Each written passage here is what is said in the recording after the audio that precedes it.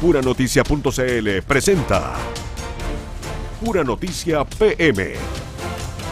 Las noticias de la tarde, el regreso a casa, las informaciones de la región, Chile y el mundo. Las entrevistas y todo lo que necesitas saber.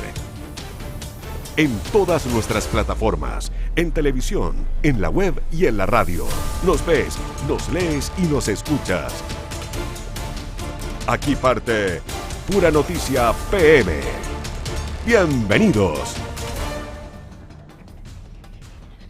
¿Cómo está? Muy buenas tardes. Bienvenido a Pura Noticia PM. Son las 6 de la tarde con 1 minuto y estamos comenzando aquí a través de puranoticia.cl para toda nuestra región, para Chile, para el mundo. Agradecemos a todos los que nos acompañaron a través de puranoticia.cl en la radio y también en el 102.5 a través del aire en Viña del Mar, en Concón, en Valparaíso y también en toda la provincia de San Antonio. También hacia el interior de nuestra región, Los Andes, San Felipe, Curimón, Calle Largo, a Panquehue, en el norte de nuestra región también, Maitencillo, Papudo, La Ligua. Gracias por estar ahí con nosotros a través de puranoticia.cl.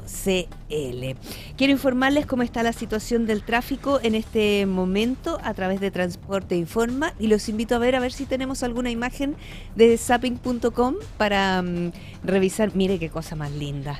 Así es como está. Mire, y el cerro de Valparaíso, arriba se ve una línea de nubes. Así ha estado durante todo el día. Hoy hemos tenido un cielo parcialmente despejado, muy bonito, muy celeste el cielo, pero hay una nube amenazante en el horizonte permanentemente, una nube negra que nos avisa de la llegada del sistema frontal que nos va a traer nos va a traer lluvia, no algunas lluvias, nos va a traer lluvia definitivamente. Ha ido cambiando un poco el pronóstico porque inicialmente comenzaba a llover de manera débil a las 8 de la mañana para concentrarse a las 2 de la tarde, pero esto se adelantó, va a empezar a llover a las 5 de la mañana, 4 o 5 de la mañana por ahí, y ya a las 8 de la mañana va a estar lloviendo en serio, va a estar lloviendo fuerte, hasta las 11 de la mañana. Y a las 2 de la tarde, cuando inicialmente iba a ser muy fuerte, ya va a comenzar a debilitarse, entre las 2, 3 por ahí. Pero sí se va a mantener lloviendo hasta las 8 de la noche aproximadamente. En términos de transporte de congestión, les cuento que efectivamente tenemos congestión en Avenida La Marina, desde el Castillo Wolf hasta Puente Ecuador, esto en dirección a Reñaca, y disfrutando esa maravillosa vista de la Avenida Perú, ¿cierto?, hacia la Avenida La Marina. Los invito a revisar cuáles son las informaciones que vamos a estar mirando juntos aquí en Pura Noticia PM. La región refuerza la prevención ante el nuevo sistema frontal. La delegación presidencial y Senapred activaron sus dispositivos preventivos. Camión sin frenos protagonizó violenta colisión múltiple en Cartagena. Dejó 8 lesionados. Seremi de Transportes explica la falta de buses en las calles del Gran Valparaíso, apunta a la nueva licitación como solución a la crisis. Pese al déficit de conductores en el Gran Valparaíso, Sense no impartirá cursos para obtener la licencia A3 durante el 2026. La situación es gravísima. Vecino de Laguna Verde detalla las complejidades que enfrentan tras los sistemas frontales.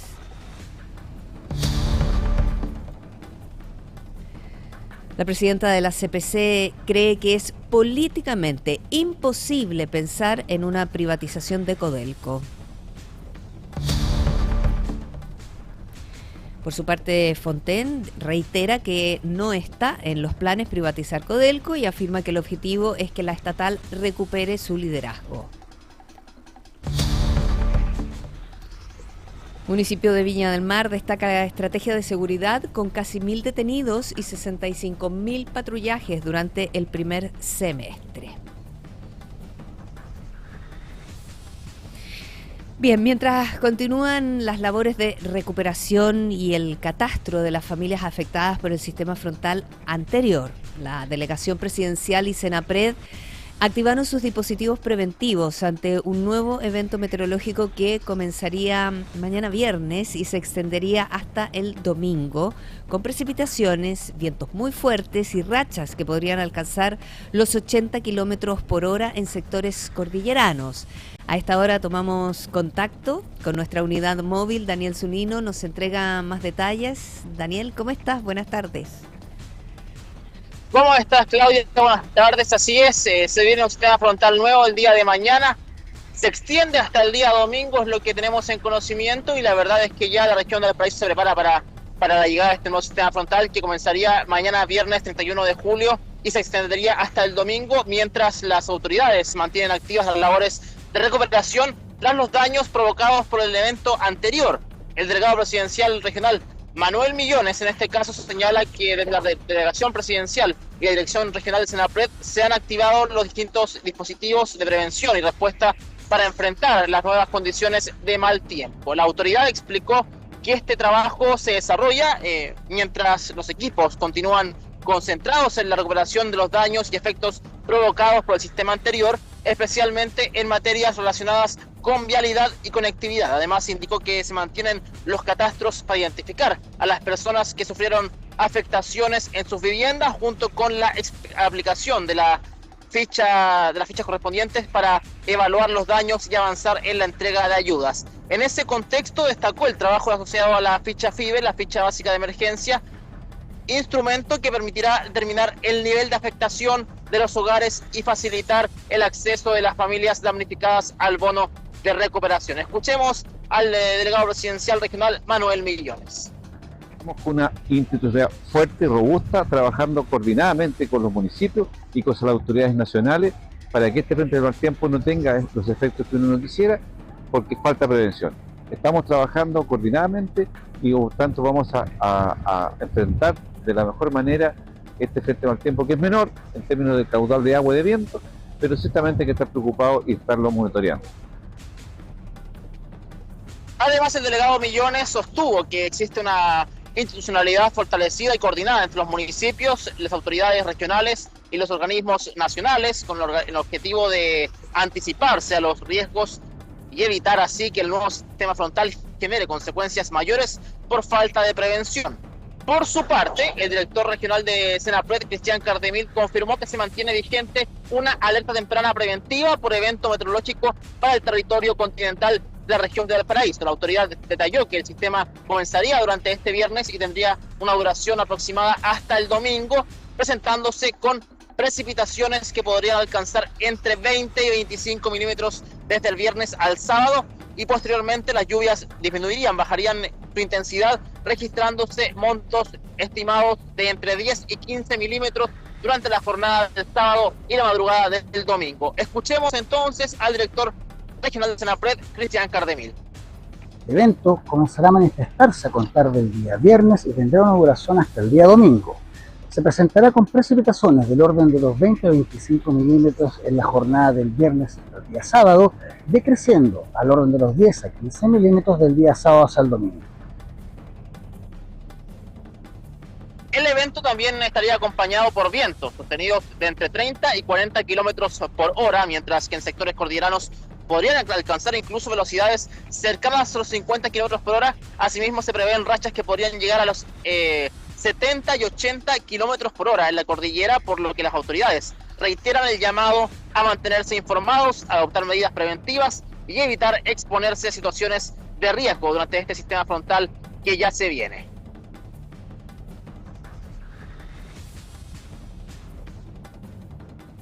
Estoy sin audio, ahora sí. Estaba justamente revisando cuáles van a ser los montos y las horas en las que va a llover con este sistema frontal. Es entre las 4 de la mañana aproximadamente, de mañana viernes, hasta las 8, 9 de la noche aproximadamente, cuando ya va a haber disminuido notoriamente. Pero entre las 8 de la mañana y las 11, mediodía, por ahí, va a llover intenso acá en nuestra región.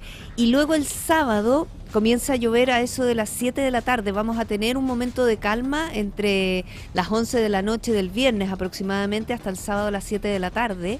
Y ahí nuevamente va a llover hasta el domingo a las 7 de la tarde, pero como decía el director de Senapred, un poco menos intenso de lo que se va a esperar para el viernes. Igualmente son unos 10-11 milímetros aproximadamente, así que sí vamos a tener un fin de semana de lluvia, así que ojalá que estén todos los organismos lo suficientemente organizados para evitar nuevos problemas acá en nuestras ciudades. Gracias, Dani.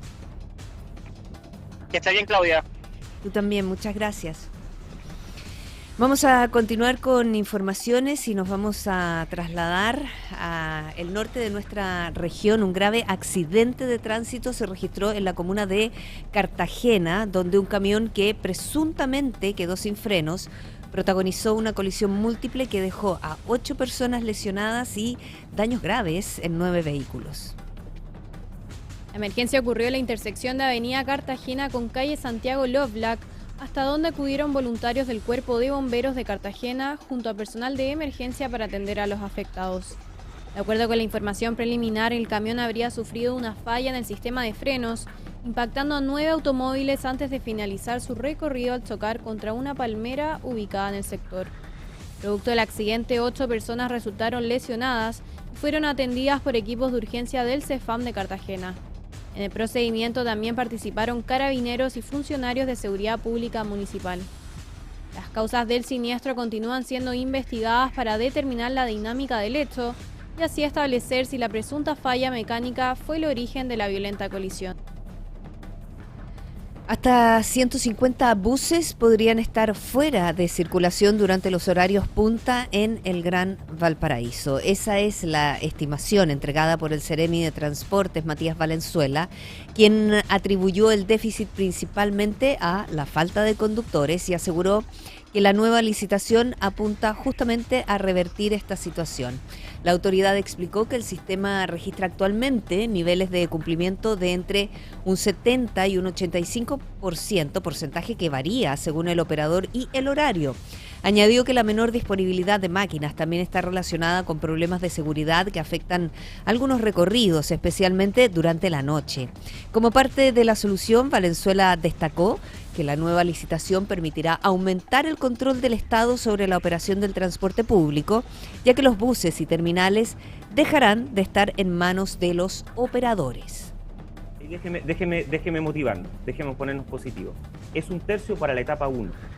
Y como Seremía y como Ministerio de Transporte estamos poniendo todos los esfuerzos. Si esto nos va muy bien, y eso también es invitar no solamente a los empresarios, a los conductores, a los vecinos, a las familias, a sumarse a este proyecto, la etapa 2 y etapa 3 nos va a permitir ampliar este sistema a todo el Gran Valparaíso. Asimismo, afirmó que el nuevo modelo contempla mejores condiciones laborales para los conductores, incluyendo un sueldo fijo, medida con la que esperan atraer más choferes y avanzar en la recuperación del servicio en el Gran Valparaíso. Bien, y la falta de conductores con licencia profesional A3 sigue siendo uno de los principales problemas que enfrenta el transporte público en el Gran Valparaíso. Esto afecta la frecuencia de buses, especialmente en horarios punta.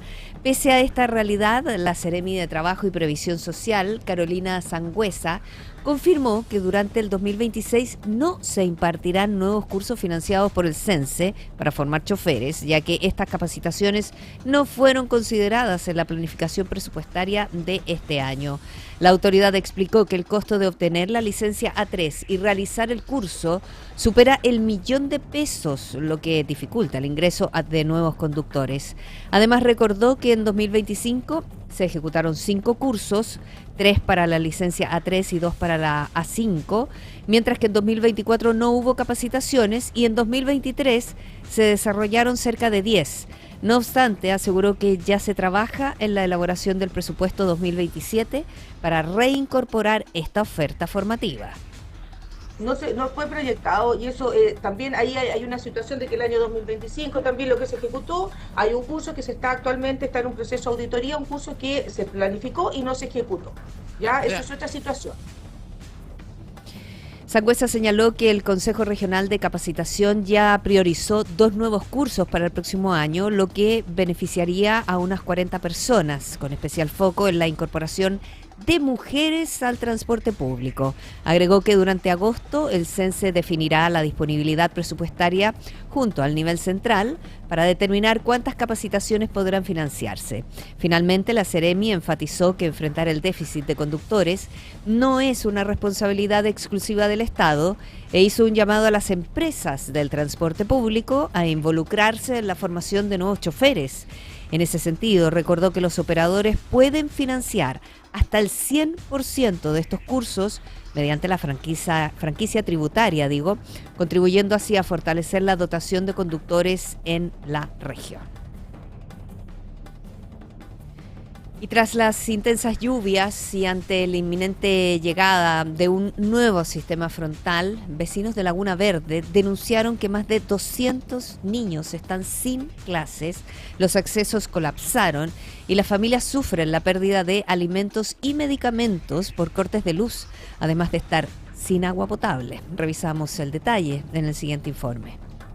La comunidad de Laguna Verde denunció una crítica situación de aislamiento tras las intensas lluvias que afectaron la zona y advirtió que un nuevo sistema frontal podría agravar aún más el escenario. Vecinos de los sectores altos aseguran que el colapso de los caminos de tierra los mantiene prácticamente incomunicados, impidiendo el ingreso de servicios básicos y dificultando el desplazamiento de cientos de familias. Jaime Muñoz, residente con más de 45 años en el sector, afirmó que nunca había visto un deterioro de esta magnitud. El mal estado de las rutas también ha provocado la suspensión de clases para más de 216 estudiantes y serios problemas de abastecimiento, ya que muchas familias perdieron alimentos debido a los prolongados cortes de energía eléctrica. A esto se suma la falta de agua potable por cerca de 15 días, ya que los camiones aljibe no han podido ingresar con normalidad a los sectores más afectados. Los vecinos advierten que esta situación ha perjudicado especialmente a adultos mayores y pacientes que requieren medicamentos refrigerados como la insulina. Los habitantes responsabilizan a las autoridades por la falta de soluciones definitivas y acusan incumplimientos en compromisos relacionados con el abastecimiento de agua, la mantención de caminos y la poda preventiva de árboles. Asimismo, cuestionan la escasa presencia de representantes parlamentarios en la zona y sostienen que, pese a pagar contribuciones, continúan recibiendo menos beneficios que otros sectores de la comuna.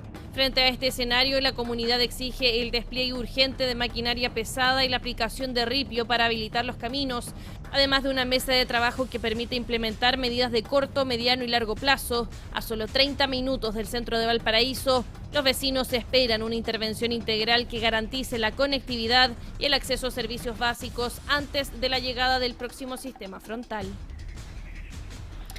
Cambiamos de tema ahora. La presidenta de la Confederación de la Producción y del Comercio, Susana Jiménez, afirmó que una eventual privatización de Codelco no es una alternativa políticamente viable. En cambio, planteó que la estatal debe fortalecer su desarrollo mediante alianzas con empresas privadas. La presidenta de la Confederación de la Producción y del Comercio, Susana Jiménez, afirmó que una eventual privatización de Codelco no tiene viabilidad política y planteó que el foco debe estar en fortalecer la empresa mediante alianzas con el sector privado.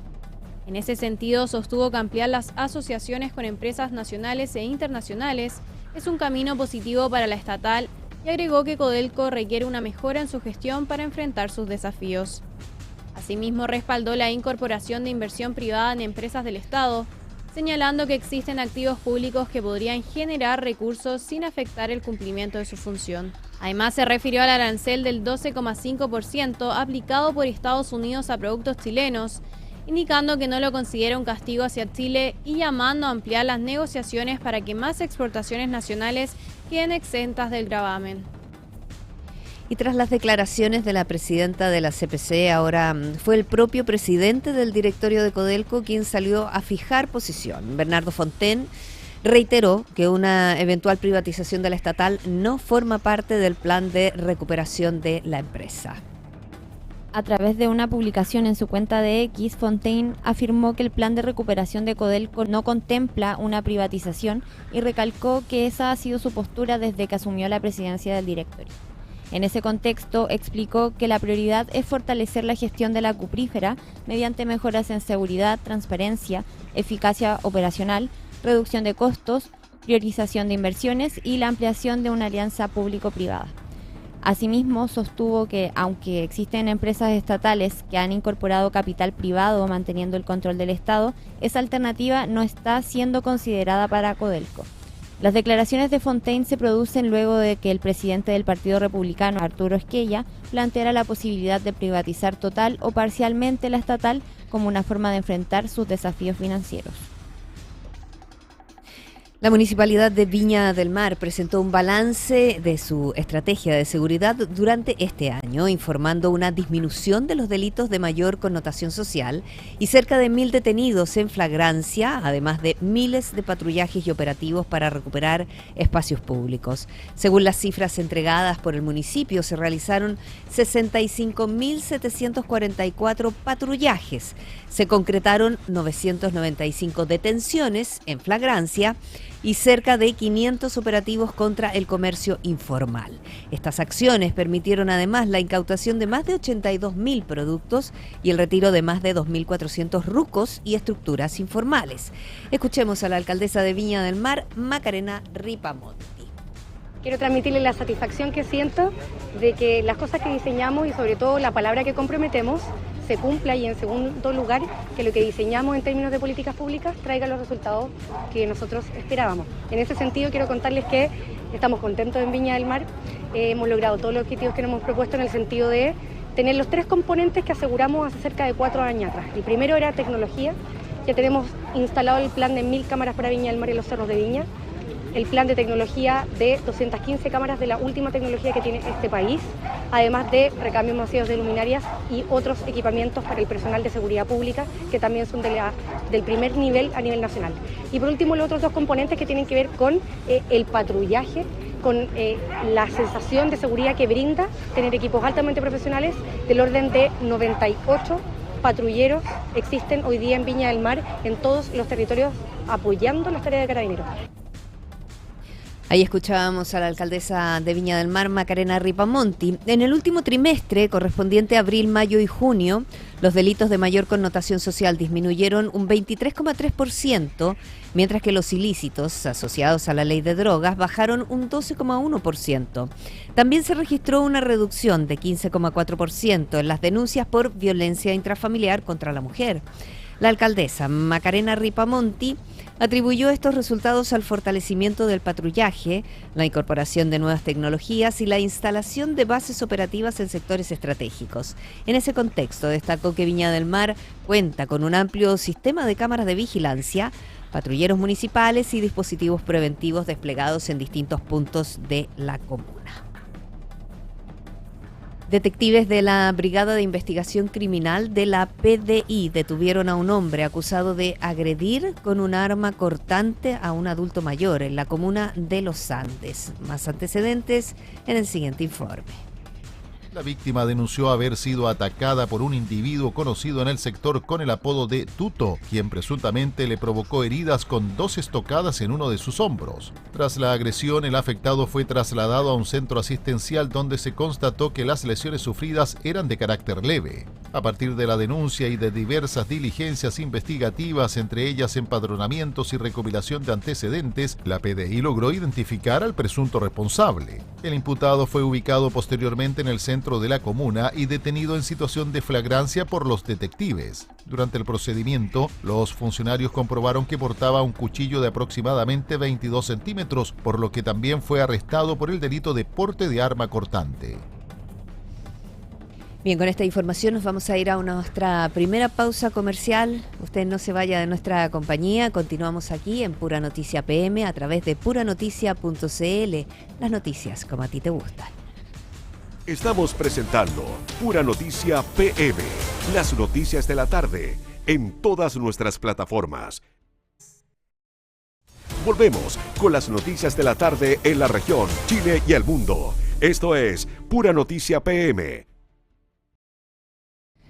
Ya estamos de regreso junto a ustedes para seguir revisando las principales informaciones de este día aquí en Pura Noticia PM. Los invito a revisar los titulares.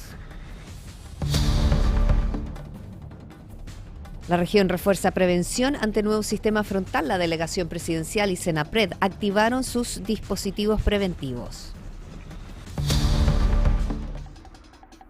Camión sin frenos protagonizó violenta colisión múltiple en Cartagena. Dejó 8 lesionados. Seremi de Transportes explica la falta de buses en las calles del Gran Valparaíso y apunta a la nueva licitación como solución a la crisis.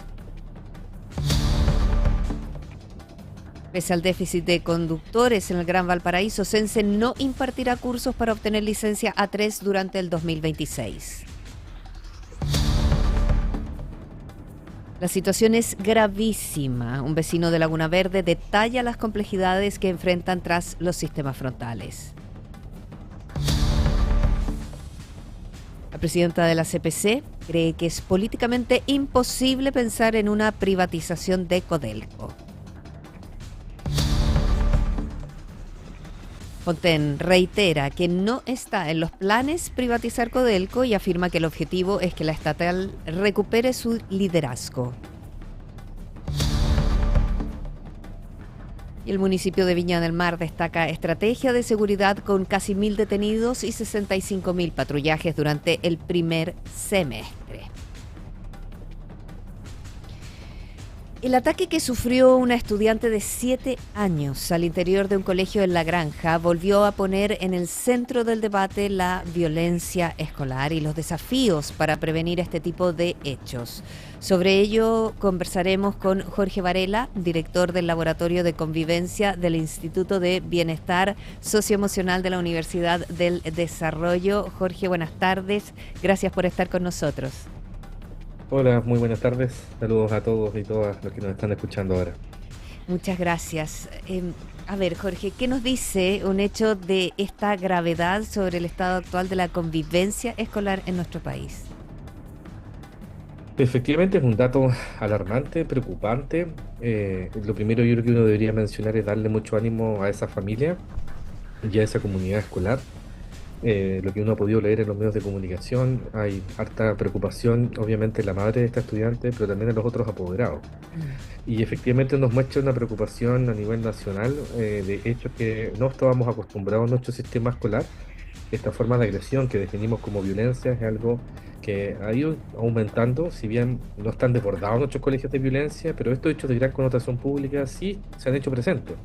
De hecho, hace como una hora también hubo otro hecho en San Bernardo, donde 2 estudiantes se pelearon en las afueras de un liceo y uno terminó matando a otro con arma blanca.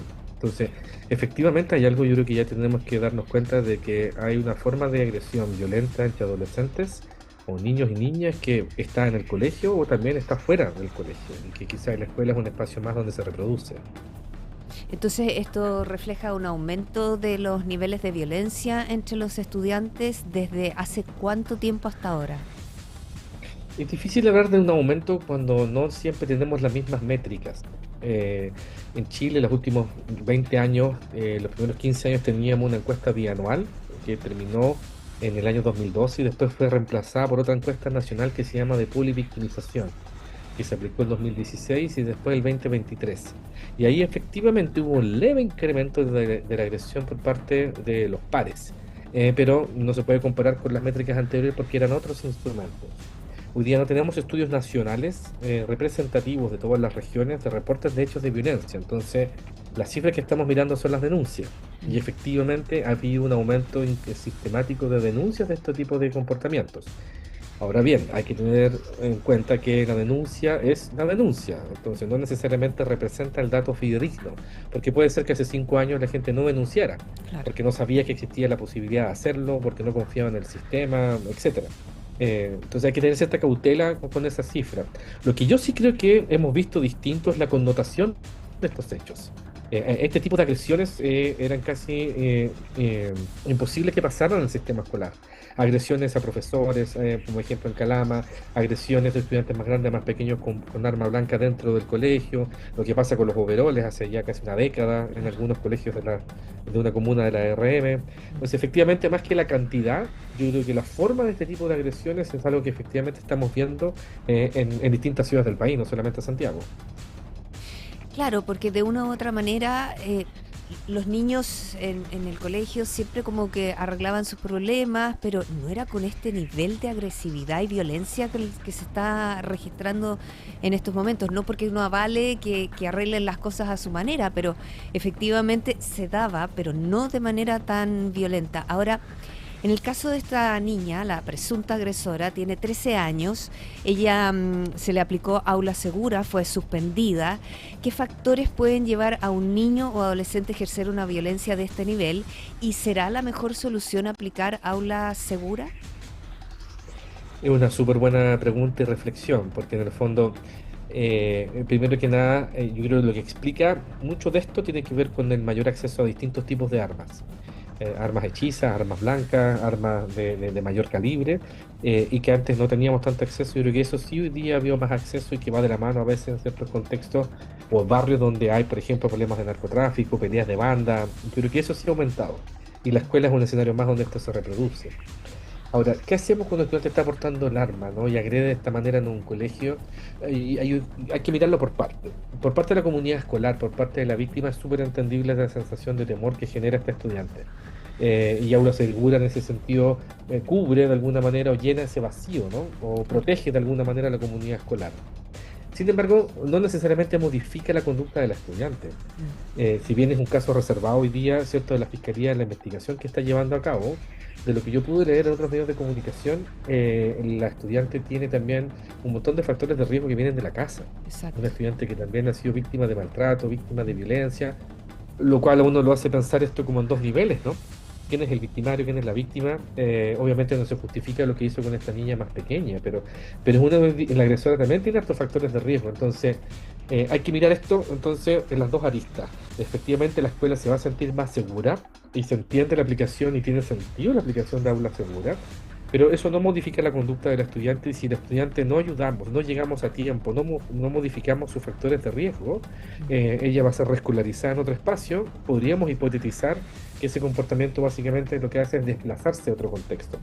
Y ahí aula segura se queda corta, porque aula segura no se hace cargo de eso, sino simplemente facilita, gestiona, da ciertas atribuciones a mi comunidad escolar, pero si no llegamos como Estado, y esto yo creo que es una política de Estado que hay que reflexionar con esa estudiante, el problema lo estamos trasladando, si lo estamos pasando a otros simplemente. Claro, y además lo voy a llevar a otro escenario más, en el caso de tratar de proteger a esta presunta agresora de 13 años y llevarla a un lugar tipo Refugio de Cristo, por ejemplo. Ahí se cruzan nuevamente otro problema, niños que efectivamente tienen han sido vulnerados de alguna manera, con niños judicializados, y además una niña que está en el medio, en el fondo, que aún no se decide qué es lo que se va a hacer con ella.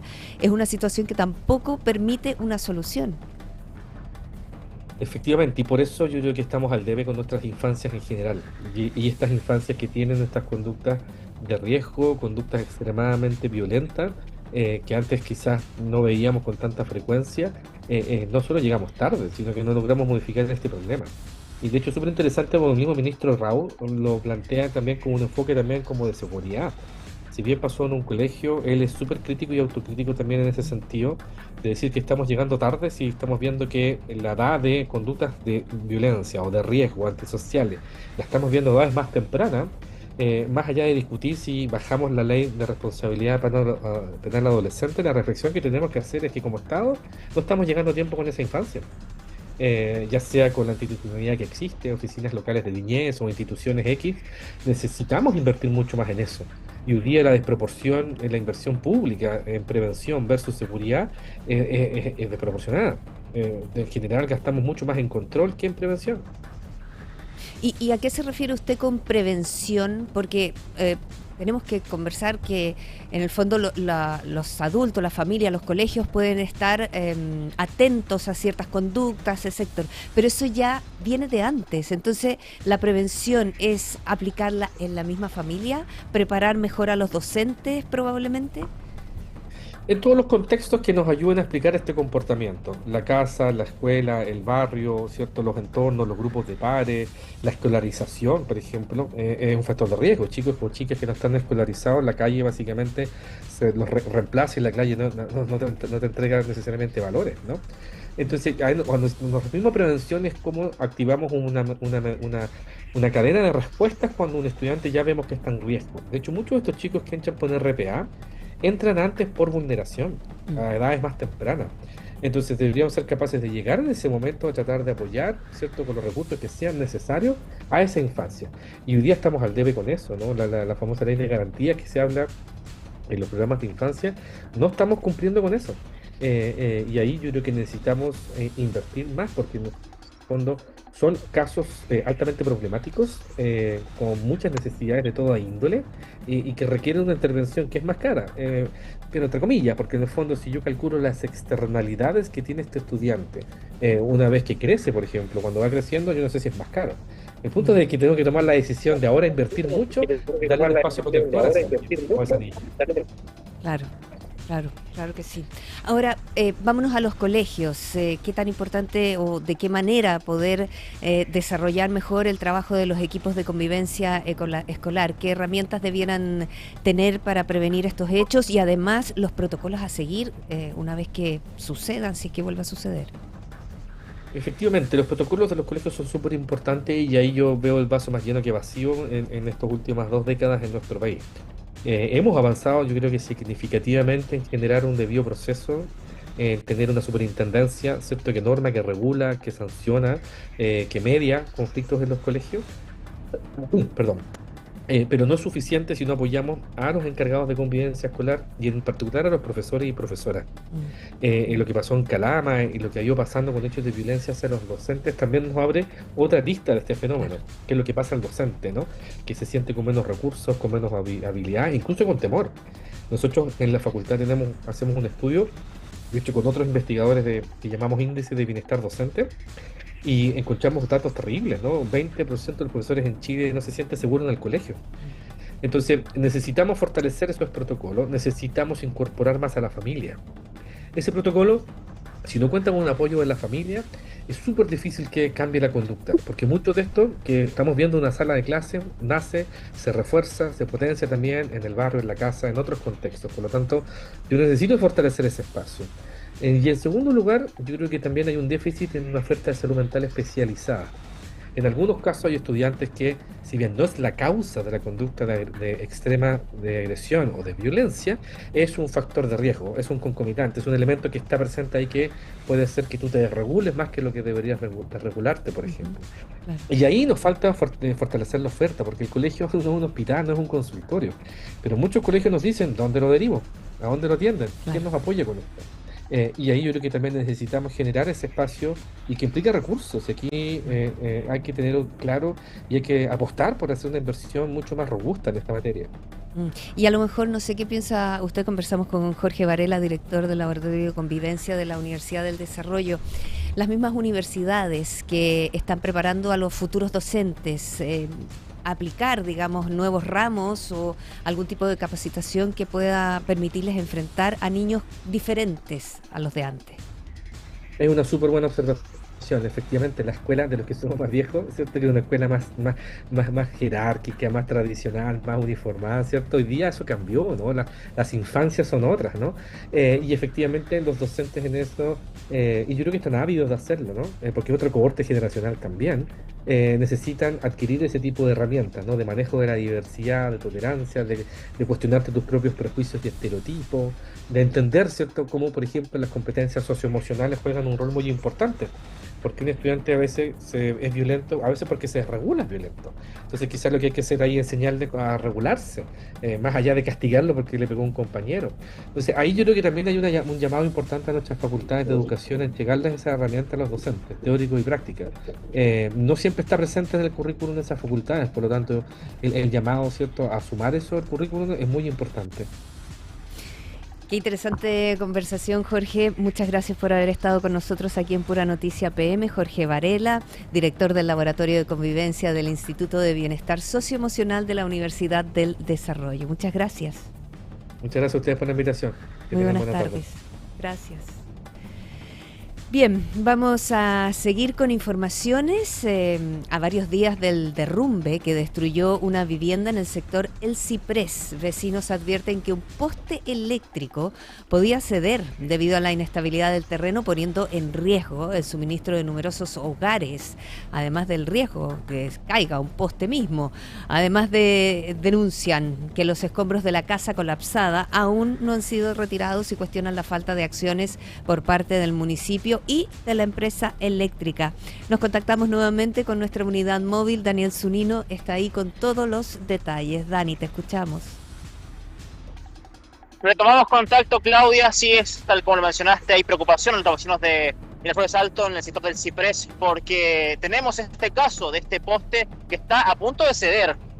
Hablamos que luego del derrumbe que destruye por completo la vivienda Alexis Rojas, que un caso que habíamos comentado días atrás, la preocupación es esta. Han pasado varios días desde el colapso, pero la preocupación de las familias no disminuye. Ahora Alexis advierte que un poste del tendido eléctrico quedó en una condición que podría ser peligrosa, ya que el terreno continúa de forma inestable y la estructura podría ceder, provocando incluso la interrupción del suministro para una gran cantidad de vecinos del sector. En conversación con nuestro medio, Alexis explicó que se comunicó con la Dirección de Gestión de Riesgo de Desastres del municipio de Viña del Mar, desde donde fue derivado a Chilquinta. Sin embargo, ¿qué pasó? Según denunció, hasta ahora no se habrían concretado acciones por parte de la empresa eléctrica para evaluar o intervenir el poste. Escuchemos parte de su relato, Alexis Rojas. Porque el poste está muy peligroso, el poste que está justo arriba de la casa que a mí se me cayó, está cediendo también, así como se dio el terreno, se dio la reja de arriba de la vecina de arriba, ahora el poste, y el poste está peligroso porque tiene corriente. Y como llueve mañana de nuevo, es muy probable que se pueda venir y que de nuevo y sea peor de lo que pasó la vez anterior. Pero esa no es la única preocupación. Alexis también cuestionó que pese a los días transcurridos desde el derrumbe, los escombros de la vivienda que perdió continúan en el lugar, sin que el municipio haya realizado algún tipo de retiro. La acumulación de restos de la casa y el material arrastrado por el deslizamiento mantiene afectado el entorno y aumenta la incertidumbre de las familias, especialmente ante la posibilidad de nuevas precipitaciones del día de mañana hasta el domingo y de que el terreno vuelva a ceder. Su vecino Francisco Payacán también manifestó su preocupación por el estado del sector y por los riesgos que persisten luego del deslizamiento. El residente advirtió que la situación continúa afectando a esta comunidad y que se requieren medidas concretas para evitar que ocurra una nueva emergencia. Escuchemos a Francisco Payacán. Con la última lluvia ya se vino más y estamos peligrando ya las casas de abajo, 2 casas, y más la afectada es la de nosotros y la de mi suegra. Entonces está complicado eso porque puede hacer una reacción en cadena de ese poste y pueden ser muchas las casas afectadas. Haciendo un repaso, Claudia, cabe recordar que Alexis Rojas, quien habla al principio, perdió su vivienda luego de que el terreno cediera durante las intensas lluvias, provocando que la estructura fuera arrastrada por este deslizamiento. Desde entonces, las familias del sector han debido enfrentar la pérdida de viviendas, daños en el terreno y la persistencia de diversos puntos de riesgo. Ahora los vecinos solicitan una respuesta urgente para evaluar la estabilidad del poste eléctrico, retirar los escombros y avanzar en medidas que permitan resguardar la seguridad de quienes continúan viviendo en el sector del Ciprés en Miraflores Alto. Claro, Dani, una situación importante que se tiene que solucionar de aquí a mañana, por lo tanto hacemos un llamado, sabemos que nos ven a puranoticia.cl, la municipalidad, también las empresas eléctricas, hacer el llamado para que vayan a solucionar eso, porque la casa efectivamente todavía está ahí y va a generar, si es que sigue cediendo el terreno, va a generar problemas en el resto de las casas. Y lo otro, que el poste efectivamente pueden evitar que genere un corte de suministro eléctrico en un gran porcentaje de casas que están en ese sector, así que desde ya hacemos este llamado tanto al municipio como a la empresa eléctrica. Dani. Sí, lamentable situación, esperemos que la situación se regule. No hay tiempo, ya no hay tiempo, era hoy día, Claudia. Sí, tal cual, porque ya mañana en la mañana va a estar lloviendo y fuerte. Dani, muchas gracias. Que esté muy bien, Claudia. Tú también, gracias, que llegue bien a la casa o va a seguir en las calles. Seguimos en la calle. Ya, con la unidad móvil. En cualquier momento nos conectamos, Daniel Zunino, en la unidad móvil. Gracias. Que estés bien, Claudia, cuídate.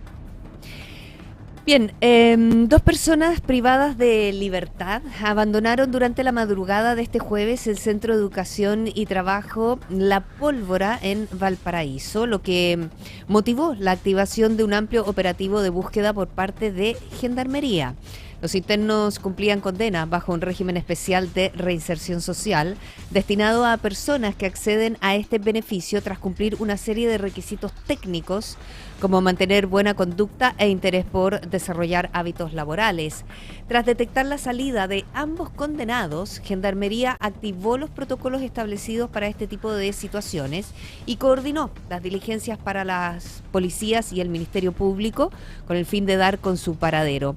En paralelo, la institución instruyó un sumario administrativo para esclarecer las circunstancias en que ocurrieron los hechos y determinar eventuales responsabilidades. La Municipalidad de Villa Alemana anunció el retorno de los consejos de seguridad vecinal como parte de una estrategia orientada a fortalecer la prevención del delito y mejorar la coordinación entre autoridades, policías y organizaciones comunitarias. La medida fue informada por el alcalde Nelson Stay durante una nueva sesión del Consejo Comunal de Seguridad Pública, instancia que reúne periódicamente a actores vinculados a la seguridad y la prevención en la comuna. Según explicó la autoridad, el objetivo es recuperar el trabajo directo con las juntas de vecinos para obtener información relevante sobre las problemáticas que afectan a cada sector. Stay señaló que los dirigentes vecinales cumplen un rol clave en la detección de situaciones de riesgo, permitiendo una respuesta más rápida y coordinada por parte de Carabineros y de la Dirección de Seguridad Pública. Son un tremendo aporte porque efectivamente creo que la sociedad civil tiene que estar presente para las decisiones que se toman en esta mesa, en este consejo, y también la verdad que tuvimos buenas señales en el marco de la información que entregó Seguridad Pública. En la sesión también se integraron nuevos representantes del Consejo Comunal de Organizaciones de la Sociedad Civil, quienes participarán en la definición y seguimiento de acciones preventivas. Esto se articula y se está articulando desde que la Dirección de Seguridad Pública, por especial encargo de nuestro alcalde, nos entrega esa misión de empezar a coordinar con todas las fuerzas vivas que tiene la comunidad en materia de seguridad. Dentro de este ecosistema de la seguridad, los vecinos son parte importante y primordial por lo cual nosotros nos debemos enfocar. Es decir, de ellos captamos todas las necesidades e información útil para enviar los recursos que sean necesarios. Además, se revisaron indicadores de seguridad comunal y se informaron nuevas iniciativas, entre ellas la futura instalación de una caseta de Carabineros en el Paseo La Torre, proyectada para fines de este año. Con una nueva caseta de Carabineros en pleno Paseo de la Torre, aprobada ya por la general de la quinta zona. Eso va a operar durante el último trimestre, la vamos a tener operativa, con el fin de que haya un carabinero, ¿verdad?, en pleno Paseo de la Torre, como punto fijo, ¿verdad?, atendiendo denuncias, asesorando. Una pasarela peatonal ubicada entre los sectores de Hierro Viejo y La Nipa, en la comuna de Petorca, permanece cerrada debido a los graves daños que sufrió durante el último sistema frontal. El municipio pidió no transitar por la estructura ni retirar las cintas de peligro para evitar accidentes. La Municipalidad de Petorca confirmó que la pasarela El Zapallar permanecerá cerrada hasta que pueda ejecutarse una intervención que garantice condiciones seguras para su uso. Todo esto debido a la magnitud de los daños que presenta la estructura. Por ello hizo un llamado a la comunidad a no retirar las cintas de peligro ni transitar por el lugar, advirtiendo que incumplir la medida podría provocar un accidente de gravedad. Además informó que las familias de los sectores de Hierro Viejo y La Nipa cuentan con coordinación municipal para apoyar sus traslados, especialmente en casos de controles médicos, emergencias u otras necesidades. Mientras se trabaja en una solución definitiva, el municipio aseguró que continuará acompañando a los vecinos y coordinando las medidas necesarias para enfrentar la contingencia. Qué arriesgado lo que estaba haciendo, oiga, para cruzar ese puente de esa manera. Bueno, Vamos a hacer una pausa, ya volvemos con Pura Noticia PM para seguir revisando junto a ustedes las noticias más importantes del día en puranoticia.cl, donde usted nos ve en la televisión, nos escucha en la radio y nos lee en la web. Las noticias como a ti te gustan. Estamos presentando Pura Noticia PM, las noticias de la tarde, en todas nuestras plataformas. Volvemos con las noticias de la tarde en la región, Chile y el mundo. Esto es Pura Noticia PM. Ya son las 7 de la tarde en punto y estamos de regreso aquí en Pura Noticia PM para seguir revisando las informaciones más importantes de la jornada, que invito a revisar nuestros titulares. La región refuerza la prevención ante el nuevo sistema frontal. La delegación presidencial y Senapred activaron sus dispositivos preventivos. Camión sin frenos protagonizó violenta colisión múltiple en Cartagena, dejó 8 lesionados. Seremi de Transportes explica la falta de buses en las calles del Gran Valparaíso y apunta a la nueva licitación como solución a la crisis. Pese al déficit de conductores en el Gran Valparaíso, Sense no impartirá cursos para obtener la licencia A3 durante el 2026. La situación es gravísima. Un vecino de Laguna Verde detalla las complejidades que enfrentan tras los sistemas frontales. Presidenta de la CPC cree que es políticamente imposible pensar en una privatización de Codelco. Fontaine reitera que no está en los planes privatizar Codelco y afirma que el objetivo es que la estatal recupere su liderazgo. El municipio de Viña destaca la estrategia de seguridad con casi 1.000 detenidos y 65.000 patrullajes durante el primer semestre. La ministra de Salud, May Chomalí, anunció que todos los tipos de cáncer serán incorporados de manera progresiva al sistema de garantías explícitas en salud como parte del próximo decreto GES correspondiente al periodo 2028-2031. Más antecedentes en el siguiente informe.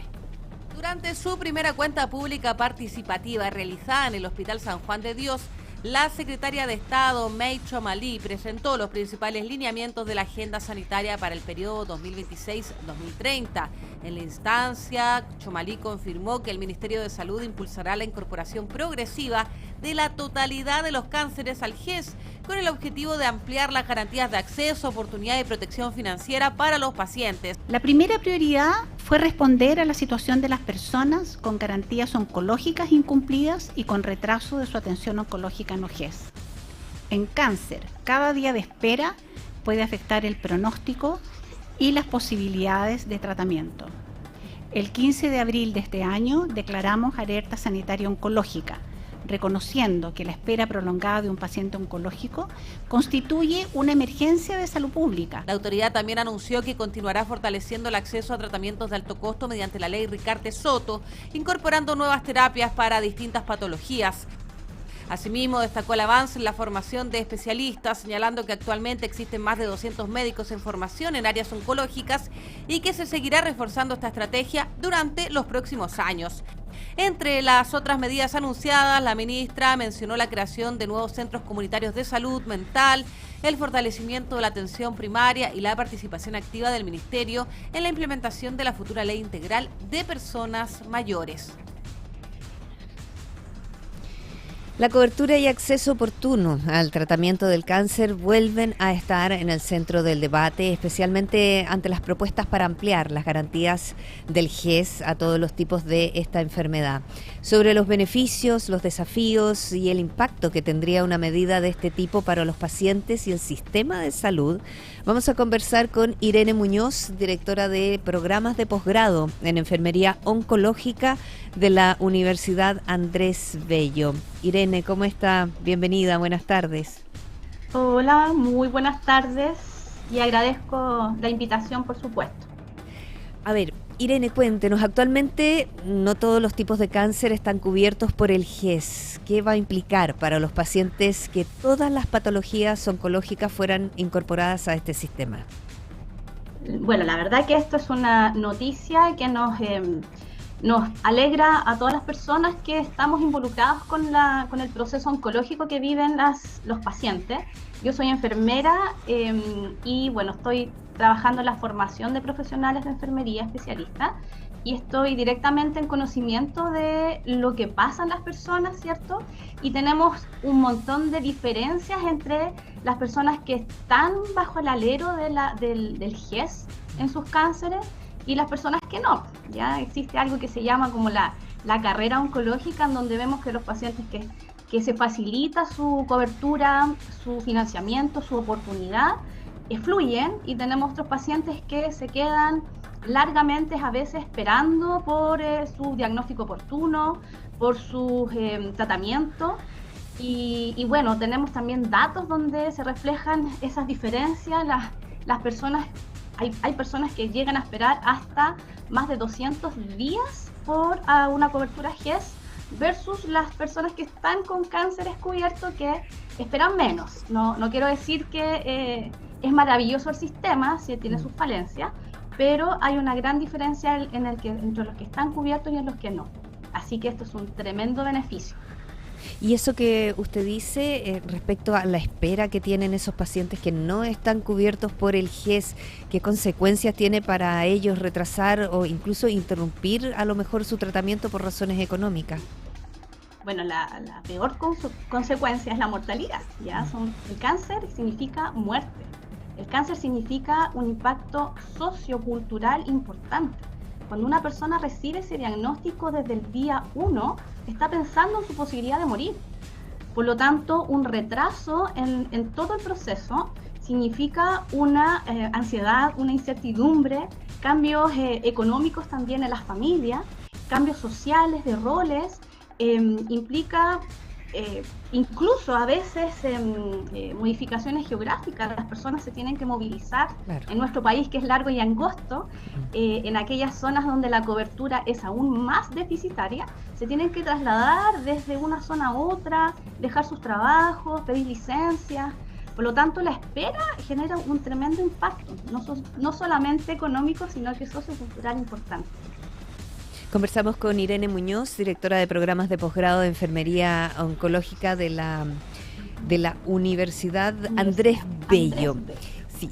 A ver, cuéntenos respecto a, hablamos de los que no tienen hasta este momento la oportunidad GES, ¿cierto?, con sus tratamientos. En cuanto a los que tienen, y ojalá que pronto puedan tener todas las otras personas diagnosticadas con cáncer, en términos de acceso, de oportunidad de diagnóstico, de tratamiento, ¿qué significa para ellos? ¿Cómo es el proceso que se vive?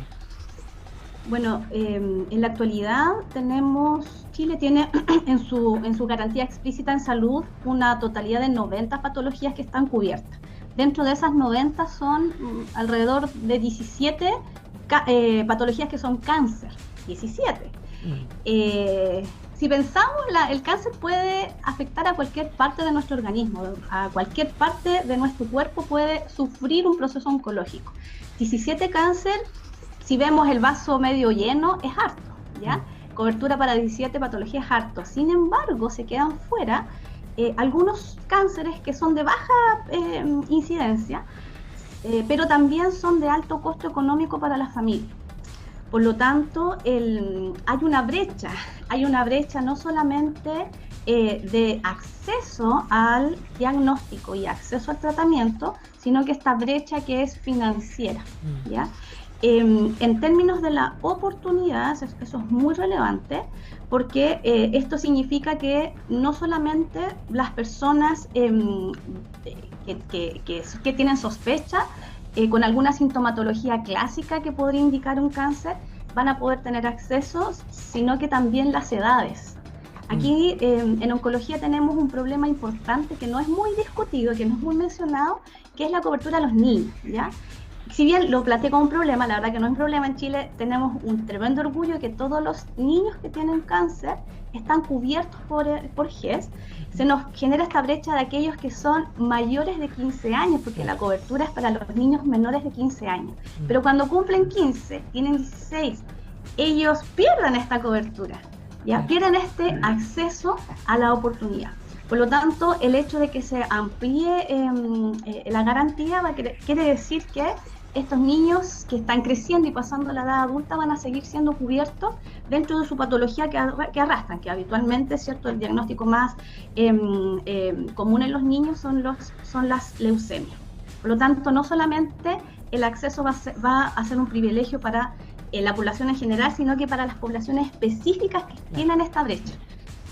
Claro, porque además, no sé, en el caso de estos niños, si tienen un cáncer, siendo niños menores de 15 años, están cubiertos por el GES, pero una vez que pasan los 15 años ya tienen una preexistencia, por lo tanto, tomar algún sistema de salud o un seguro también es imposible prácticamente para ellos. Claro. Se abren un montón de dificultades sociales que tienen estos jóvenes, porque ya en realidad no son niños, pero pensando en la oportunidad de poder acceder al seguimiento y al control, porque si pensamos, las personas cuando tienen cáncer, el cáncer no se termina una vez que el médico le dice ya no hay ninguna metástasis en el último examen, lo cual es una tremenda buena noticia. El proceso sigue, sigue 1 año, 2 años, 3 años, sigue para toda la vida. Por lo tanto, no termina ahí. Y esto, el tener la cobertura oncológica total, me parece que es un tremendo beneficio para Chile. No va a ser fácil, yo creo que tenemos que ser súper realistas también, porque es una noticia buena, pero que va a implicar obligatoriamente un cambio estructural en el sistema de salud público y privado de Chile. Y ese cambio estructural, no va a ser de un año para otro, ¿ya? Necesitamos tiempo, pero por lo menos está este anuncio, tenemos que esperarlo con paciencia, pero también trabajar proactivamente para ello.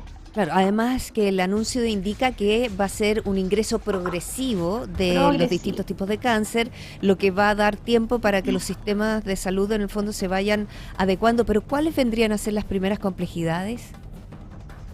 Bueno, la primera complejidad yo diría que es nuestra barrera geográfica. Nuestro Chile está bastante centralizado.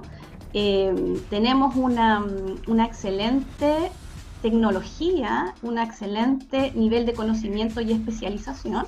Sin embargo, no está bien repartida en todas las regiones, ¿ya? Yo creo que dentro de mi rol también, de que me he involucrado mucho en lo que es la realidad chilena oncológica, he conocido otras realidades regionales fuera, y conozco cómo las personas a veces incluso tienen que sacrificar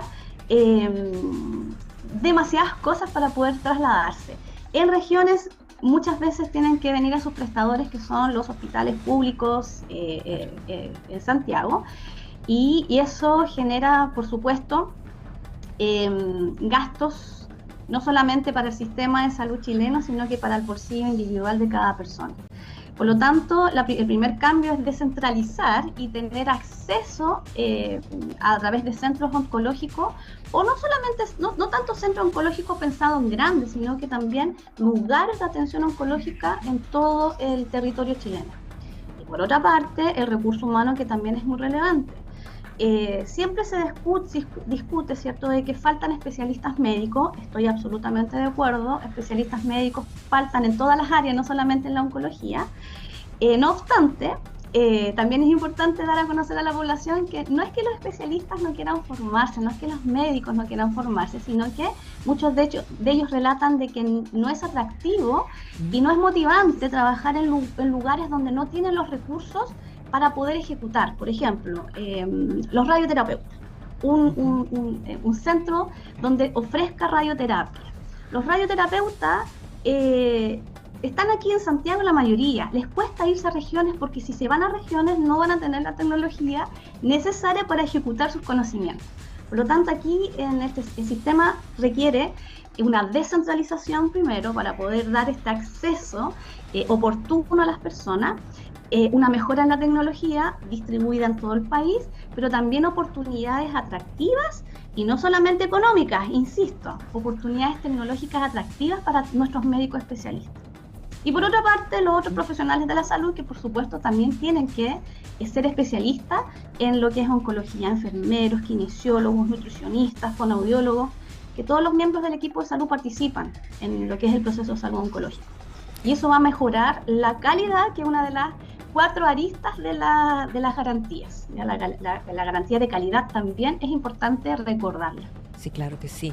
Además de eso, de los profesionales, de lo que usted me está hablando, Irene Muñoz, directora de programas de posgrado de Enfermería Oncológica de la Universidad Andrés Bello, ¿qué otras prestaciones deberían considerarse y fortalecerse a lo mejor dentro de una política integral del cáncer, como por ejemplo apoyo psicológico, rehabilitación, cuidados paliativos?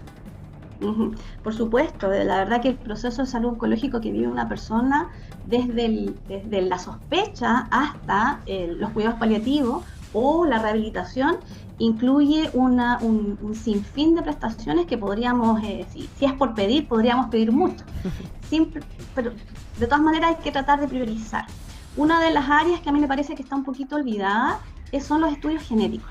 Ya no sé si has escuchado en relación a eso. No. Y es, en el fondo es poder conocer genéticamente el riesgo que tienen las personas que ya tienen factores de riesgo asociados al cáncer. ¿En qué tipo de cáncer? Por ejemplo, el cáncer de mama. ¿Ya? Porque tenemos súper claro que el cáncer de mama es uno de los cánceres que tienen un factor genético importante. Si mi madre, mi tía, mi abuela tuvo cáncer de mama, yo también tengo ese riesgo. Y acceder a esta prestación de hacerme un estudio genético también me anticipa a ese riesgo y me anticipa al diagnóstico precoz y oportuno. Así que hay varias aristas en este proceso de salud oncológico que podríamos optimizar. La incorporación del ejercicio físico, y ahí les doy el pase a mis colegas, compañeros kinesiólogos. Qué importante es prehabilitar y no solamente rehabilitar a las personas en cuanto a la preparación física. Está súper probado que los tratamientos oncológicos mejoran en su efectividad si es que la persona es acompañada con un proceso de actividad física. Y no solamente en aquellos que hacen actividad física, sino que en todos los pacientes, adecuada por supuesto a su realidad. Y así un sinfín, podríamos hablar muchas prestaciones que se deberían optimizar, pero la verdad que yo también sé de salud pública y siempre hay que priorizar en la necesidad puntual que presente la población. Son tantos los temas que podríamos conversar, tantos: alimentación, apoyo psicológico, la rehabilitación física, la actividad física como una necesidad previa a todo. O sea, pareciera que es como, no, es que a mí no me gusta hacer deporte. No se trata del deporte, se trata de que el cuerpo necesita moverse. Exacto. Sí. La prevención, ¿cierto? Los estilos de vida, la atención de los adultos mayores que tienen cáncer. Ese también es un área que se toca poco, ya el cómo se vive el proceso oncológico en las personas mayores de 65 y 70 años es completamente diferente, y eso también está un poco dejado de lado. Sin duda. Irene, vamos a seguir conversando sin duda de esto a medida que avance, ojalá lo más rápido posible, sobre este tema, la incorporación de todos los niveles de cáncer, los tipos de cáncer al GES. Irene Muñoz, directora de programas de posgrado de Enfermería Oncológica de la Universidad Andrés Bello, muchas gracias por estar con nosotros en Pura Noticia PM. Un gusto, pues. Que esté muy bien, vamos a estar conversando de nuevo.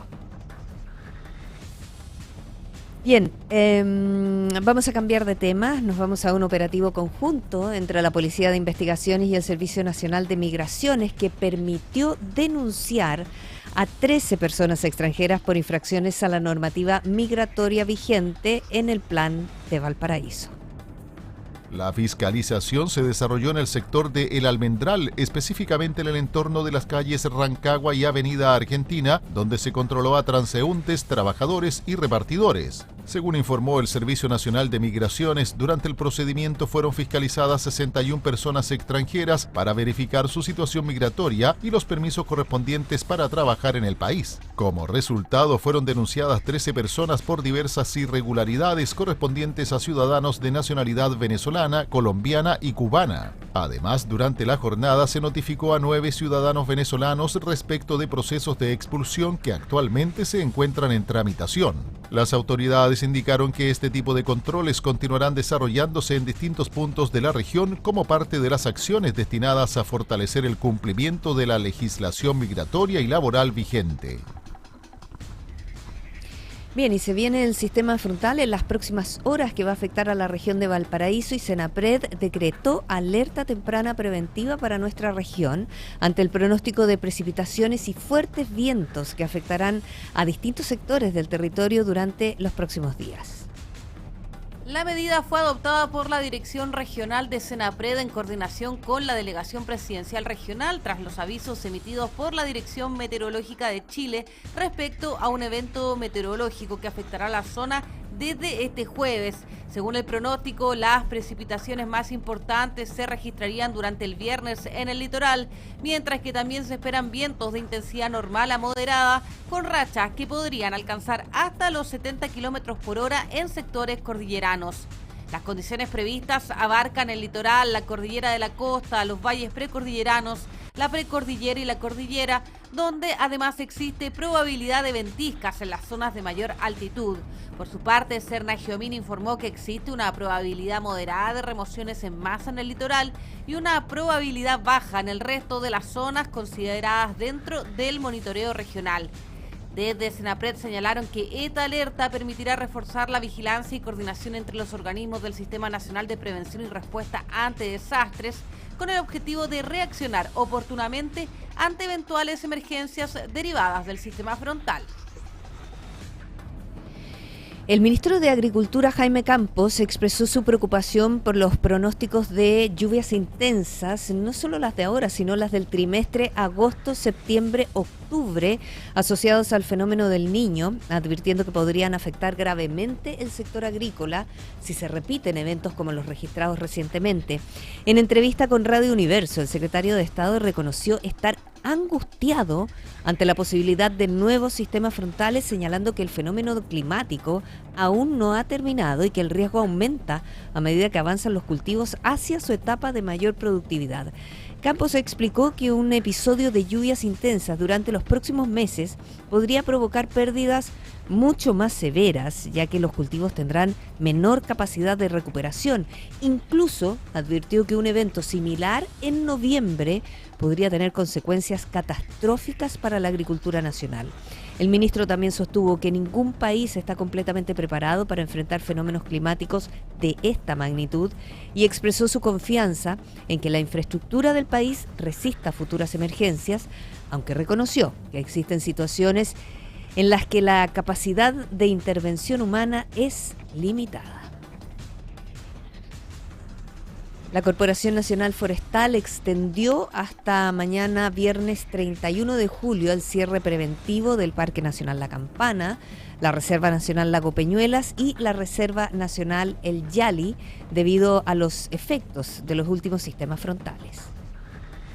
La medida afecta a 3 de las principales áreas protegidas de la región de Valparaíso, donde persisten condiciones que representan un riesgo para los visitantes. Según informó CONAF, los recintos mantienen senderos anegados, árboles caídos y sectores con laderas inestables, situación que impide su reapertura inmediata al público. El jefe regional del Departamento de Áreas Protegidas, Marcelo Pérez, indicó que los equipos de guardaparques continúan realizando labores de despeje y mantención para restablecer las condiciones de seguridad. La institución señaló que cualquier cambio en la situación será comunicada a través de sus canales oficiales una vez concluidas las evaluaciones técnicas correspondientes.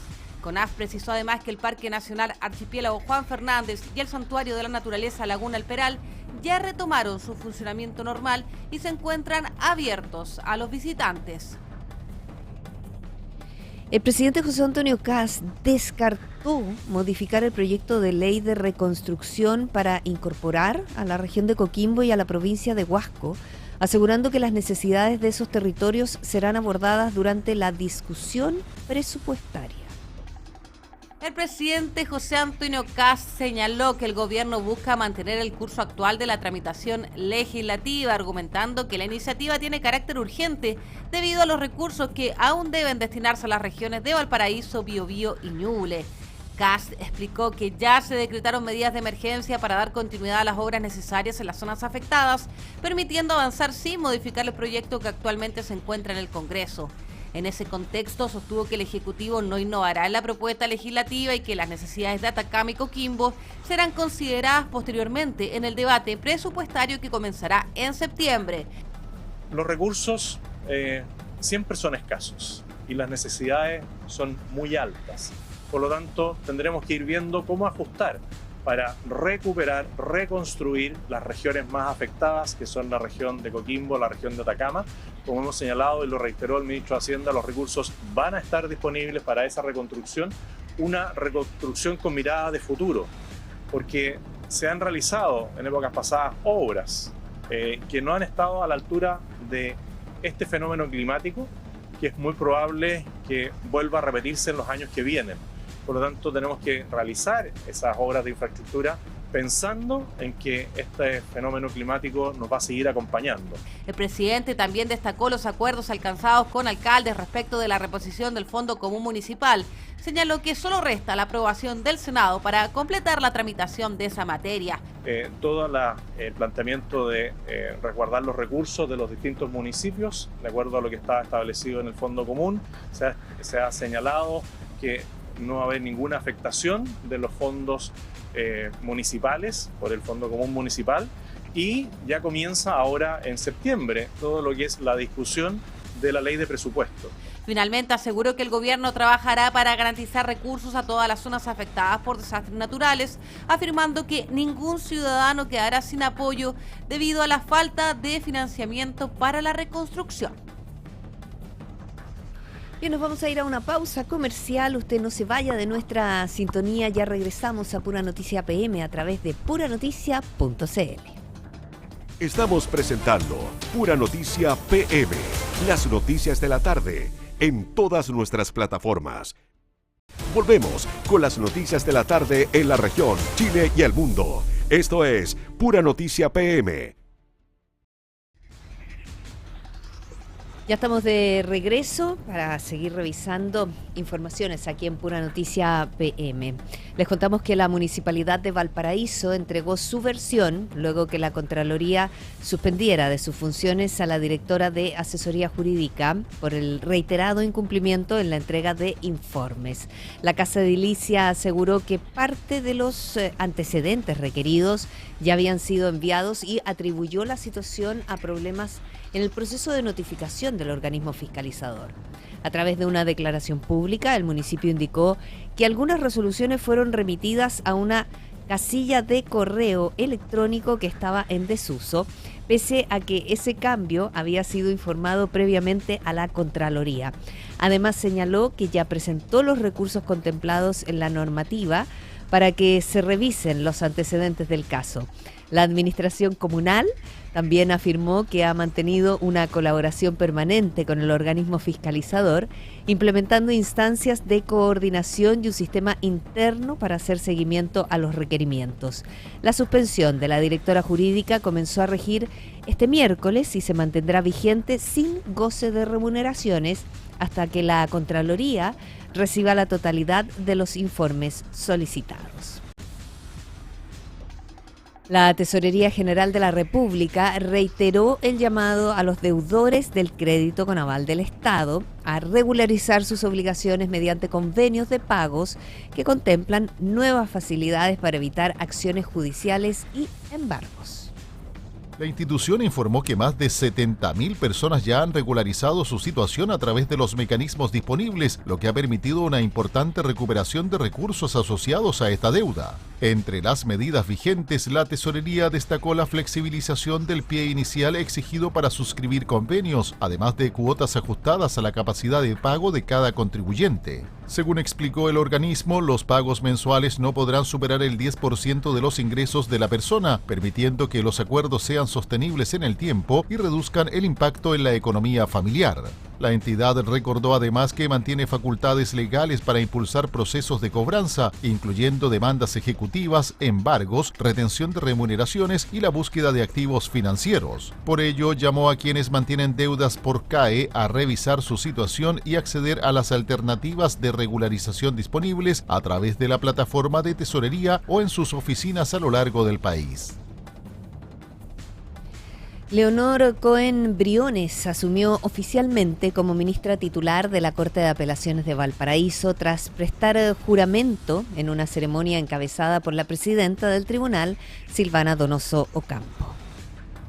La actividad se desarrolló ante el Tribunal Pleno y contó con la participación de ministros, jueces, relatores, funcionarios judiciales, familiares y representantes del ámbito jurídico. Cohen es abogada de la Universidad de Valparaíso e ingresó al Poder Judicial en 1998, iniciando una trayectoria que la llevó a desempeñarse en distintos cargos dentro de la jurisdicción y en otros tribunales del país. Entre sus funciones anteriores destacan su labor como jueza del Quinto Juzgado Civil de Valparaíso, relatora de la Corte de Apelaciones porteña, relatora suplente de la Corte Suprema y secretaria titular del Tribunal de Alzada. Tras asumir el cargo, la magistrada manifestó su satisfacción por concretar lo que calificó como un objetivo profesional, destacando su compromiso con la probidad, la capacitación permanente y el servicio a los usuarios del sistema judicial.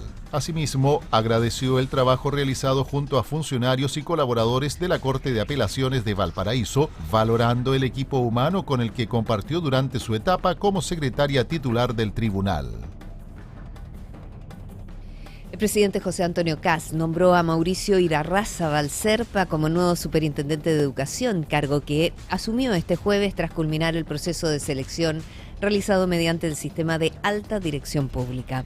El abogado es titulado de la Universidad Central de Chile y cuenta con diplomados en Derecho Administrativo Económico y en Probidad y Transparencia en la Administración del Estado.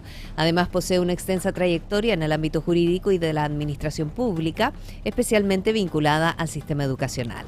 Entre sus principales antecedentes figura su participación en la implementación de la Ley 20.529, que creó el Sistema Nacional de Aseguramiento de la Calidad de la Educación, incluyendo la Superintendencia de Educación y la Agencia de Calidad. Posteriormente fue jefe del departamento jurídico de esta última institución. Antes de asumir este nuevo desafío, Irarrázaval también se desempeñó como fiscal de la Superintendencia de Educación y ejerció funciones directivas y de asesoría jurídica en el Consejo de Defensa del Estado, la Subdere y las municipalidades de Vitacura y Las Condes. Nos vamos ahora a revisar informaciones internacionales. Una nueva ofensiva militar de Estados Unidos contra Irán, el aumento de víctimas por el terremoto que afectó a Japón y un grave accidente aéreo en Argentina marcan la agenda internacional de esta jornada. Revisamos los principales antecedentes con Carmen Paz González. Hola, ¿cómo están? Vamos de inmediato a revisar noticias del ámbito internacional. Y vamos a comenzar con lo que ha ocurrido en Irán con los bombardeos de Estados Unidos, porque al menos 3 personas murieron y otras 2 resultaron heridas, luego de una nueva serie de bombardeos lanzados por Estados Unidos contra distintos puntos del territorio iraní. Uno de los ataques alcanzó una vivienda ubicada en la isla de Keshm, en el estratégico estrecho de Hormuz. Las autoridades sanitarias iraníes aseguraron que en el lugar murieron los padres de una familia y un niño de apenas 2 años. Otros 2 menores de 7 y 9 años resultaron heridos y fueron trasladados hasta un centro asistencial, mientras Teherán volvió a acusar a Washington de provocar víctimas civiles durante sus operaciones militares. El mando central de Estados Unidos informó que la ofensiva fue ejecutada en represalia por el lanzamiento de misiles balísticos iraníes contra una base aérea y el cuartel general del ejército estadounidense en Jordania. Según Washington, todos los proyectiles fueron interceptados y la respuesta posterior alcanzó decenas de objetivos relacionados con la Guardia Revolucionaria, entre ellos centros de mando, instalaciones de misiles y drones, sistemas de vigilancia y posiciones de defensa costera. También se reportaron ataques en las provincias iraníes de Khuzestán y Bushehr. En esta última se encuentra la única central nuclear del país. aunque las autoridades locales descartaron daños y víctimas en esas instalaciones. La nueva ofensiva profundiza una escalada militar que mantiene en alerta a los países del Golfo Pérsico y amenaza la seguridad del transporte comercial en el estrecho de Hormuz.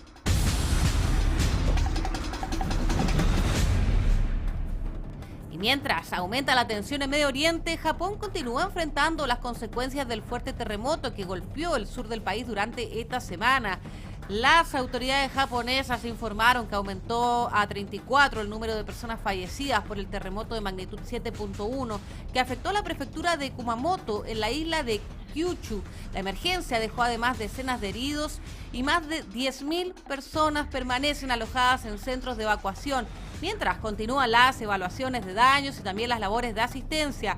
Una parte de las víctimas murió tras el colapso de un centro comercial en la ciudad de Kashima, donde también se produjo una explosión inmediatamente después del movimiento telúrico. Otros fallecimientos se registraron en una fábrica de papel ubicada en Yatsushiro, cuyas instalaciones y chimeneas sufrieron graves daños estructurales.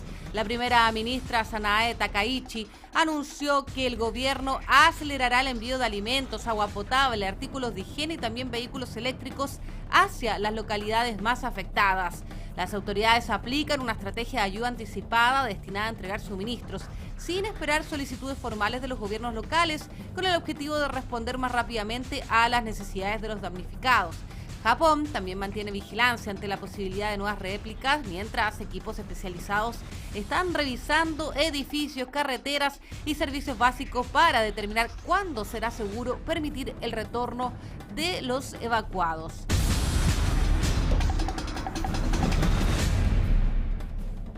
Y desde Asia vamos a irnos a Sudamérica, donde Argentina investiga un accidente aéreo que terminó con la vida de 7 personas vinculadas a organismos de emergencia. Claro, estas 7 personas que murieron luego de que un helicóptero Bell 412 capotara en el Parque Provincial Ishigualasto, ubicado en la provincia argentina de San Juan. La aeronave prestaba servicios para la Agencia Federal de Emergencias y trasladaba funcionarios y brigadistas que participarían en una capacitación antes de incorporarse al combate de un incendio forestal, esto en la provincia de La Rioja. Entre las víctimas se encuentran el director de Protección Civil de San Juan, el subjefe de la Policía Provincial, autoridades del Cuerpo de Bomberos, 2 brigadistas y también el piloto de la aeronave. De acuerdo con los primeros antecedentes, los 7 ocupantes murieron en el lugar del accidente. Equipos de emergencia y personal policial se trasladaron hasta la zona para recuperar los cuerpos y asegurar el sitio. La investigación quedó en manos de los organismos especializados en accidentes aéreos, que van a tener que determinar si la caída se produjo por una falla mecánica, condiciones meteorológicas adversas o algún error durante el vuelo.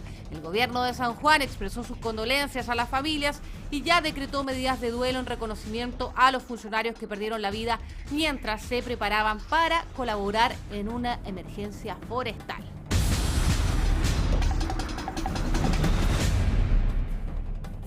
Con esta información llegamos al final de la revisión de noticias internacionales. Los nuevos ataques entre Estados Unidos e Irán, las consecuencias del terremoto en Japón y la tragedia aérea en Argentina marcan una jornada internacional atravesada por conflictos armados y graves emergencias. Chile y Corea del Sur fortalecieron este jueves su relación bilateral con la firma de 5 memorándums de entendimiento en el marco de la visita oficial de su presidente al Palacio de la Moneda. Los acuerdos contemplan cooperación minera, seguridad pública, seguridad marítima, investigación antártica y promoción de inversiones y comercio. Durante la reunión, los presidentes también revisaron el estado de la asociación estratégica entre ambos países y analizaron nuevas oportunidades de colaboración en áreas como inteligencia artificial, computación cuántica, biotecnología, astronomía, energía y seguridad. En la instancia, ambas autoridades reafirmaron además su compromiso con la protección de los océanos y destacaron que Chile y Corea del Sur coorganizarán en 2028 la 4ª Conferencia de las Naciones Unidas sobre los océanos.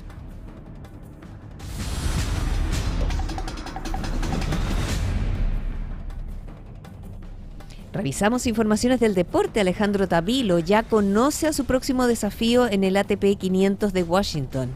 El tenista chileno buscará este jueves un lugar en los cuartos de final cuando enfrente al francés Terence Atman en un duelo que además marcará el primer enfrentamiento entre ambos. Jano llega con confianza luego de superar en su debut al neerlandés, no le voy a decir el nombre porque en realidad es complejo, pero lo superó por 7-6, 4-6 y 6-4. En tanto, Atman dio uno de los golpes del torneo al eliminar al estadounidense Frances Tiafoe, sexto cabeza de serie. El encuentro fue programado para el cuarto turno del Kurt Johan Harris, por lo que no comenzará antes de las 16:30 horas de Chile. El francés destaca por su potente servicio y derecha, por lo que asoma como un rival exigente para el número 1 nacional.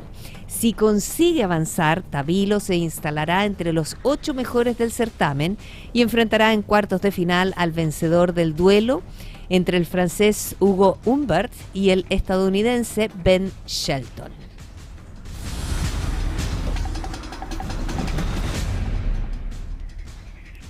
Y O'Higgins saldrá este jueves a buscar una histórica clasificación en la Copa Sudamericana cuando reciba a Boca Juniors desde las 20:30 horas en el Estadio El Teniente de Rancagua por la revancha de los playoffs del torneo continental.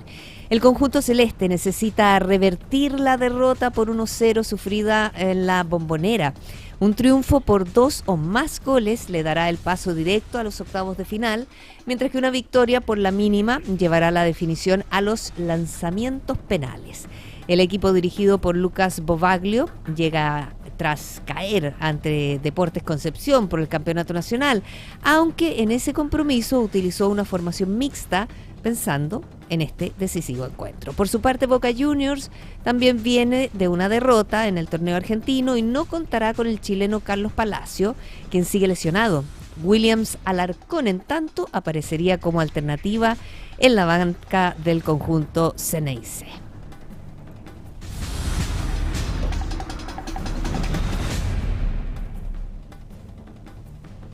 Y comenzó la formalización de 11 imputados por el denominado caso Santor, investigación que indaga una serie de presuntos delitos económicos y que tiene entre sus principales involucrados a Michael Clark, expresidente de Azul Azul. La audiencia se desarrolla en el cuarto juzgado de garantía de Santiago, donde la Fiscalía Metropolitana Oriente imputó delitos como administración desleal, negociación incompatible, entrega de información falsa al mercado, estafa, lavado de activos y fraude por omisión de una oferta pública de adquisición de acciones conocida como OPA. Según la investigación, recursos provenientes de fondos mutuos y fondos de inversión habrían sido desviados mediante préstamos a empresas relacionadas con los propios directores y contralores de Sartor, varias de ellas con problemas de liquidez y sin garantías suficientes. Entre los ejecutivos vinculados a estas operaciones figura Michael Clark. La causa se suma a las sanciones aplicadas previamente por la Comisión para el Mercado Financiero, que multó e inhabilitó por 5 años a varios exdirectores y ejecutivos de Sartor, además de revocar la autorización de funcionamiento de la Administradora General de Fondos.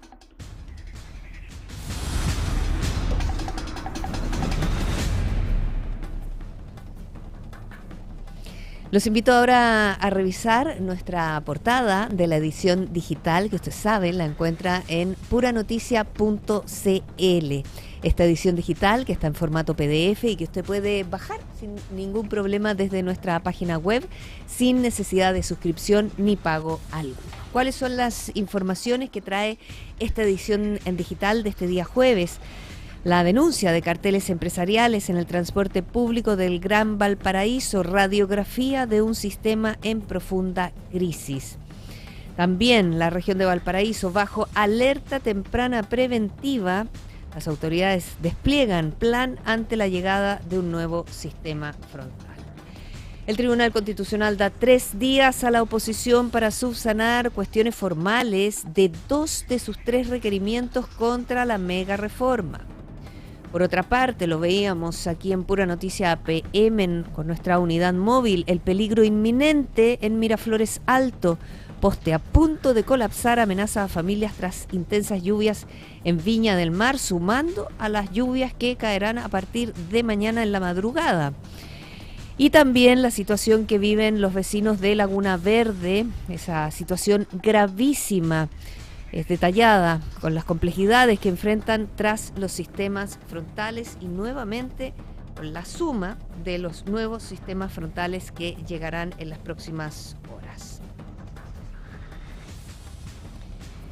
Bien, así han sido las informaciones de este día jueves. Los invito a ver un resumen de ellas en los siguientes titulares.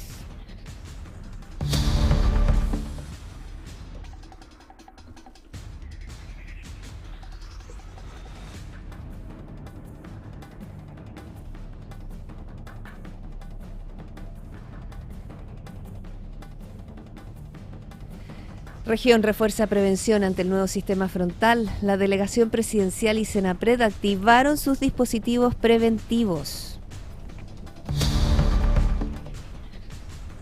Camión sin frenos protagonizó violenta colisión múltiple en Cartagena, dejó 8 lesionados.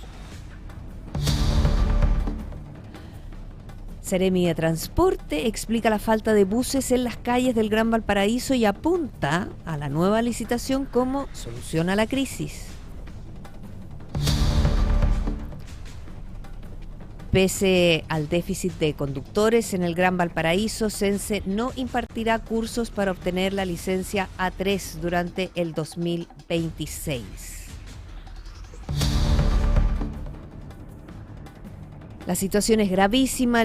Vecinos de Laguna Verde detallan las complejidades que enfrentan tras los sistemas frontales. Presidenta de la CPC cree que es políticamente imposible pensar en una privatización de Codelco.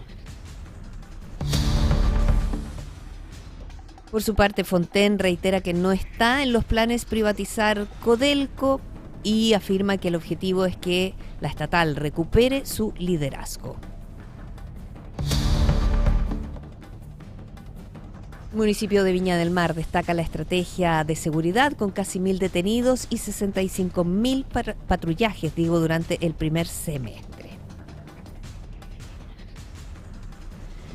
Bien, ya nos estamos despidiendo. Le agradecemos mucho que se haya informado con nosotros aquí en Pura Noticia PM a través de puranoticia.cl. El anuncio de lluvias es una realidad, llegará en horas de la madrugada a nuestra región. Las horas más intensas son entre las 5 de la mañana y las 11 de la mañana aproximadamente, desde San Antonio hacia el norte de nuestra región. Luego nos mantendremos con lluvia, igual un poco menos intensa. Por supuesto, mañana vamos a estar cubriendo en puranoticia.cl desde las primeras horas lo que va a suceder con este nuevo sistema frontal acá en nuestra región. Lo dejamos junto a Leo Alegría para que compartamos juntos la noche de Pura Noticia. Que descanse. Buenas noches.